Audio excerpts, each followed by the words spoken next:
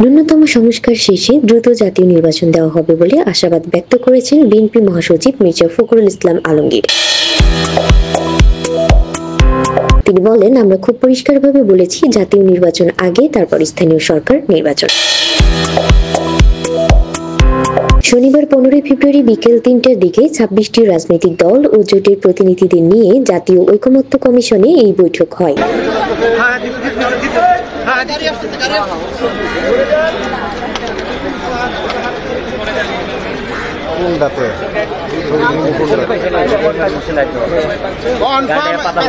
কমিশনের বৈঠক শেষে মির্জা ফখরুল ইসলাম আলমগীর সাংবাদিকদের সঙ্গে এই কথা বলেন। তিনি বলেন, আমরা আশা করব খুব দ্রুত এই সংস্কারের বিষয়ে ন্যূনতম যে ঐকমত্য তৈরি হবে, আমাদের প্রত্যাশা সেটার উপর ভিত্তি করে জাতীয় নির্বাচন অতি দ্রুত অনুষ্ঠিত হবে। মির্জা ফখরুল আরও বলেন, প্রধান উপদেষ্টা জাতীয় ঐকমত্য কমিশনকে নিয়ে রাজনৈতিক দলগুলোর সঙ্গে প্রথম বৈঠক করলেন। এই বৈঠকে তিনি সংস্কারের প্রয়োজনীয়তার বিষয়ে কথা বলেছেন।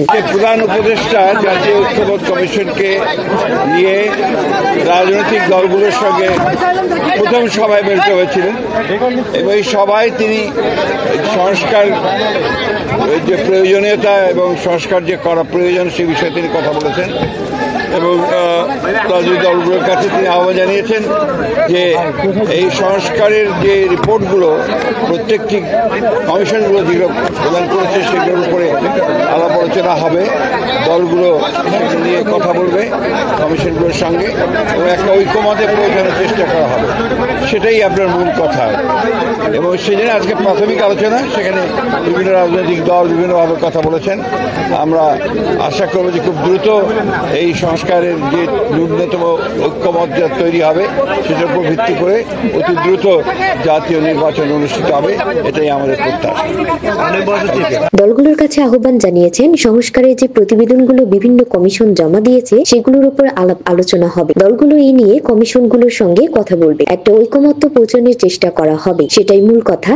আজ প্রাথমিক আলোচনা, বিভিন্ন রাজনৈতিক দল বিভিন্ন কথা বলেছে বলে জানা গেছে। তিনি আরো বলেন, প্রথম বৈঠকটি ছিল মূলত পরিচিতিমূলক, যেখানে বিভিন্ন রাজনৈতিক দল তাদের নিজস্ব মতামত উপস্থাপন করেছে, তবে এখন পর্যন্ত কোনো কার্যকর ও গঠনমূলক আলোচনা হয়নি।